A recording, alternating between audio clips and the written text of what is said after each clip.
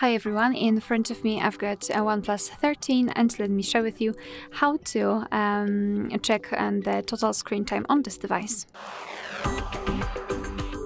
So let's start with opening the settings and here we have to scroll down to the very bottom to find digital well-being and parental controls. Let's tap on it. And here we've got the graph which will show us for how long we've been using this device today. You can see that in my case it was 27 minutes and most of the time I've spent on the settings. So to check some further details, you can either tap inside the graph and it will be transferred to the dashboard, or you can check the screen time in particular days of the week. Here we've got also the